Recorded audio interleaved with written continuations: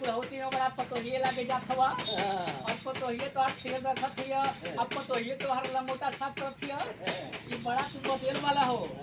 सब नहीं करे के चाहे बुढ़ौती का अवस्था हो गल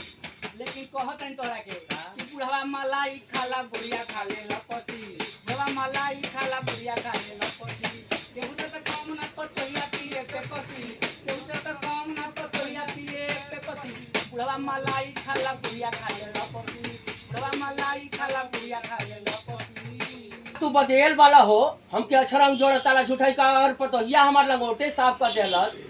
अगर हमरे कबार पर तेले रख देलस हमार कपड़े लता साफ कर देलस तो तू बड़ा तोरे जलन होखे लगा जलन नहीं है बुढ़ऊ ये सब बुढ़ऊ लोग करता ना पतोहिए के रखले बाना ये सब जमाना बा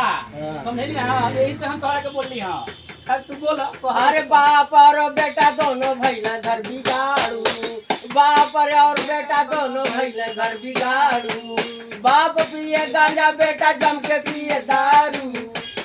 अरे बाप पिए गांजा बेटा जम के पिए दारू बाप और बेटा दोनों भैया घर बिगाड़ू बाप और बेटा दोनों भैया घर बिगाड़ू ना ये बुढ़ऊ में सब पतोहिए के रखले सब कल से होत बा